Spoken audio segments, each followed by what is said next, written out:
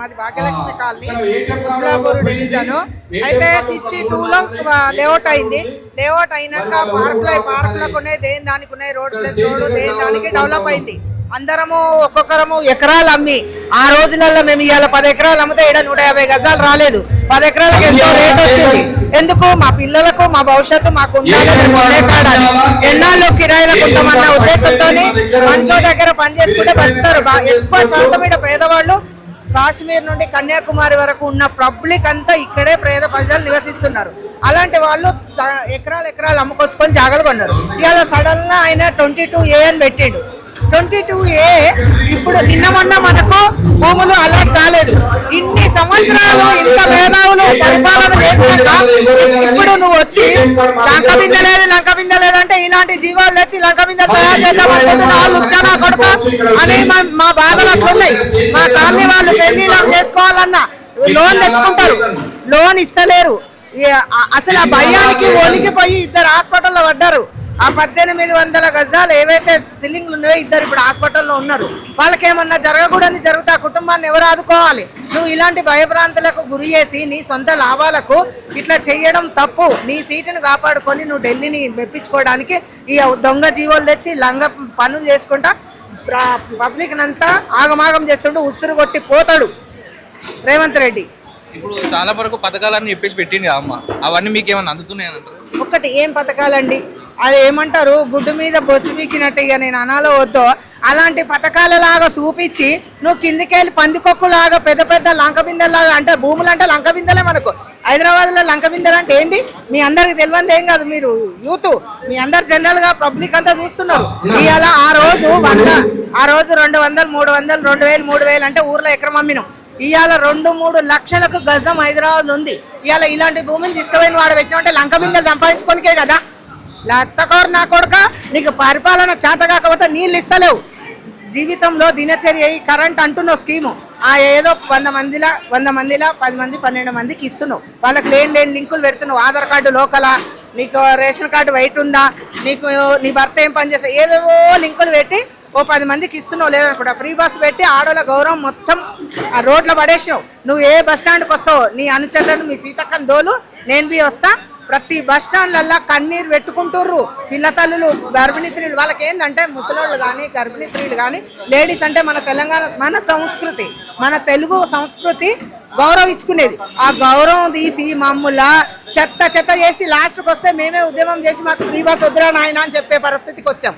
అది ఒకటి. ఫంక్షన్స్ ఎవరికండి? పేదవాళ్ళు ఒక ఏజ్ వచ్చినాక పిల్లలు ఎక్కడో ఉంటున్నారు, చూస్తలేరు. మనకు ఆనాటి నుండి ఉన్నదే, మన పెద్దలు పూర్వీకుల నుండి కొద్దిగా వాళ్ళని చూడరు. వీళ్ళేమో ఆత్మగౌరవంగా ఉంటారు పెద్ద మనుషులు. వాళ్ళు తిట్టి చేసి ఇంత బుక్కడు అన్నం ఇట్లా పడేసినట్టు పడేస్తే తినలేరనే కదా ఈ స్కీముల ద్వారా వాళ్ళకు 2000, 3000, 4000 పెన్షన్ ఇచ్చేది. ఆ పెన్షన్ కూడా నువ్వు అడ్డగోలుగా అన్యాయంగా వాళ్ళను ఆ కారణం ఈ కారణం అని ఎవరో నీ కార్యకర్తలకు, నీ శివభిలాషులకు, నీకు జెండా ఎత్తేటోళ్లకు నువ్వు ఉంచుతున్నావు.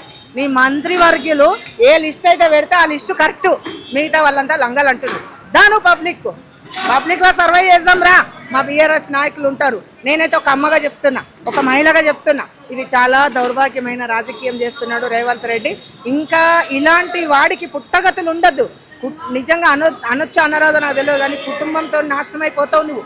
నీ కుటుంబాన్ని అక్కడ సోనియా గాంధీ కుటుంబాన్ని 2 కాపాడడానికి ఒక 10 మంది 5-6 మందిని తుర్తి చేసి పట్టుకపోతున్నావు. ఇది అన్యాయమైన పాలన. లుచ్చా నా కొడుక, ఇప్పటికైనా మార్చుకోమని చెప్తున్నా. మనకు ఎలక్షన్ ముందు 6 గ్యారెంటీలు అని చెప్పేసి చూపించిండు. ఒకటి ఇది మా గవర్నమెంట్ రాగానే 100 రూపాయలు ఇది చేస్తాం, ఇది మీరు బరాబరి మీ ఇంటిలో ఇట్లా రాగానే మీరు రాండి, మీరు మా దగ్గరికి ఈ కార్డు పట్టుకొని వస్తే ఖచ్చితంగా 6 పథకాలు అందుతాయి అని అన్నాడు. అసలు 6 పథకాలు అందుతున్నాయా? 500 గ్యాస్ అని అన్నాడు. 500 గ్యాస్ ఇస్తున్నాడా? ఆయన మీటింగ్ పెట్టిన ప్రతిసారి ఇస్తున్నా అని అంటున్నాడు. అది నిజంగానే ఇస్తాడు? ఒకటి నేను అదే అంటున్నా, V6 వాళ్ళకు బాగా మద్దతు పలుకుతుంది. V6 మీడియాను గౌరవంగా ఆహ్వానిస్తున్నా.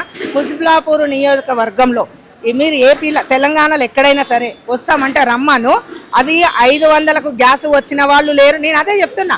వాళ్ళ మంత్రివర్గుల వాళ్ళ చుట్టాలల్లో వాళ్ళకు కొట్టేటోళ్ళకు ఒక 150 లిస్ట్ ఉండొచ్చు. మొత్తం తెలంగాణలో 200 లిస్ట్ ఉండొచ్చు. కానీ కాలనీలో ఎవరికి కూడా స్థానికంగా మామూలు పబ్లిక్ అయితే వస్తలేదు. ఇది నిజం. ఇప్పుడు చీరలు పెట్టాడమ్మా, ఆ చీరలు పొదుపు సంఘాల వాళ్ళు ముఖం మీద కొడుతున్నారు, పరువు పోతుందని పబ్లిక్ వస్తున్నారు.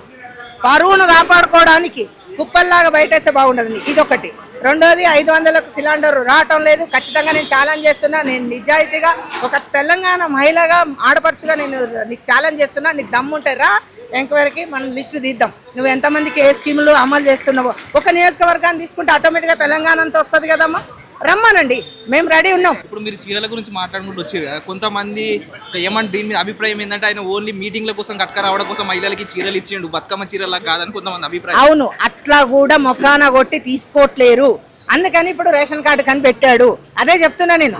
అలాంటి ఆయన స్వార్థ ఉద్దేశంతో అంటే నాకు ఇంతమంది వచ్చారు, కలర్ఫుల్ ఒకటే కోడ్లో ఉంటే జర పబ్లిక్ ఆడంబరంగా కనబడతారు. అలా ఒకటండి, కొండా సురేఖ గారికి నువ్వు చీర కట్టించావు, బాగానే ఉంది. ఆమె కట్టుకో, మీ ఆవిడ కట్టమన్నదో లేకుంటే మంత్రి సీతక్క కట్టమన్నదో కట్టింది, వచ్చింది. ఇవాళ అదే కొండా సురేఖ అక్క దగ్గర పోదాము.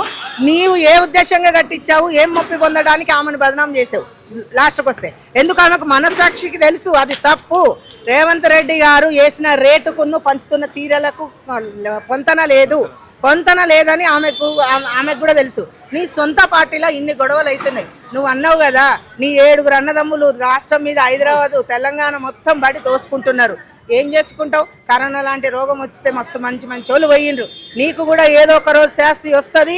నువ్వు తెలంగాణ వాళ్ళ ఆడబిడ్డల ఉసురు, తెలంగాణ ప్రజల ఉసురు పట్ల నువ్వు ఖచ్చితంగా నాశనం అయిపోతావు. నువ్వు ఆంధ్రాను పెంపొందిస్తున్నావు, అక్కడ సోనియా గాంధీని సంతోష పెట్టుకుంటున్నావు, నీ సీటును కాపాడుకుంటున్నావు. ఒక 5-6 మంత్రులను మాత్రం చేతి కింద సంఖ కింద మడత పెట్టి పెట్టుకున్నావు. వాళ్ళు ఎందుకంటే జయ అనాలే కదా. మాట్లాడేటప్పుడు మీడియాకు ఎవరు కనబడతారబ్బా అంటే ఇటో ఇద్దరు నవ్వుముఖం వేసుకొని ఉండాలి కదా. దానికోసమే వాళ్ళను కూడా కాపాడుతాడు. లేకుంటే అన్నదమ్ములను భార్యను పెట్టుకునేవాడు. నేను క్లియర్గా చెప్తున్నా. ఆనంత లుచ్చ రాజకీయం పిచ్చోనికి ఓటేసాం. ఆ పిచ్చోడు రాజ్యం మీద పడి తెలంగాణ మీద పడి మొత్తం దోసుకొని గల్లర్ చేస్తున్నాడు. ఇప్పుడు ఈ ఫ్రీ బస్ గురించి ఒకటి మాట్లాడదామా. ఇంతకుముందు మనకు తెలంగాణ రాకముందు కాంగ్రెస్ గవర్నమెంటే ఉన్నది. ఆ ఉన్నప్పుడు ఒకప్పుడు మన బస్సుల కోసం బస్సులు తక్కువ, ఖర్చు ప్లేస్ కొట్లాడుకునే రోజులు వచ్చాయి సీట్ల కోసం. మళ్ళీ బీఆర్ఎస్ గవర్నమెంట్ వచ్చినాక బస్సులు పెరిగినాయి, అన్ని సౌకర్యాలు పెరిగినాయి, బస్సులలో సీట్లు దొరికినాయి, అన్ని దొరికినాయి. మళ్ళీ ఇప్పుడు ఈ ఫ్రీ బస్ అని పట్టుకొస్తే ఇప్పుడు మళ్ళీ సేమ్ అదే కాంగ్రెస్ గవర్నమెంట్ ఇప్పుడు వచ్చి మళ్ళీ ఖర్చు వేసుకుని కొట్లాడుకుంటూ తన్నుకుంటూ జరుగుతుంది. ఇప్పుడు దాని తమ్ముడు నువ్వు ఖర్చు ప్లేసుడు అంటున్నావు, అంతవరకైనా బాగుండు. అసలు బట్టలు చింపుకుంటుర్రు, లేడీస్ అని జెంట్స్ అని. అసలు ఆ బూతులు చేన్లలో ఎవరో కొద్దిగా పశువుల కాడ కొద్దిగా బాగా ఇబ్బంది పడినప్పుడు బూతులు వస్తాయి. ఆ బూతులు అన్ని బస్సుల కాడ వస్తున్నాయి. ప్రతి బస్ స్టాండ్లో ఎవరు ఆధార్ కార్డు అని పెట్టి మొత్తం. కొంతమంది జీవితాలు అయితే సంసారాలు అయితే నేను చెప్పొద్దు, ఒక మహిళగా చెప్తున్నా. జెంట్స్ చెప్తే మళ్ళీ వేరే అంటారు.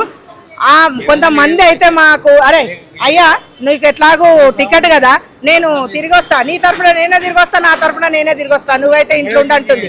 ఆ మగ పిల్లగాళ్ళకు కొద్దిగా గౌరవం, ఆత్మగౌరవం ఉంటుంది. మన తెలంగాణ సంస్కృతులు అన్ని వేరు, అన్ని దేశాలు వేరు, మన తెలంగాణ వేరు. అలాంటి తెలంగాణ గౌరవమైన తెలంగాణ తీసుకొచ్చిన కేసీఆర్ బాబును ఆ 10 ఏళ్ళు పరిపాలన చేసిన గౌరవాన్ని మళ్ళీ పాత అన్ని ముందుకు తీసుకొచ్చినాడు. మంచి పండుగలకు గుర్తింపు తీసుకొచ్చినాడు, మహిళలకు గుర్తింపు తెచ్చినాడు. మగపిల్లలు ఇంట్లో యజమానికి ఒక గుర్తింపు ఉండాలి. పాత సిస్టమ్ అంతా మొదలు పెడితే వీడు బస్ రోడ్ వచ్చి మొత్తము వారి స్వార్థానికి మొత్తం తుంగదొక్కినాడు.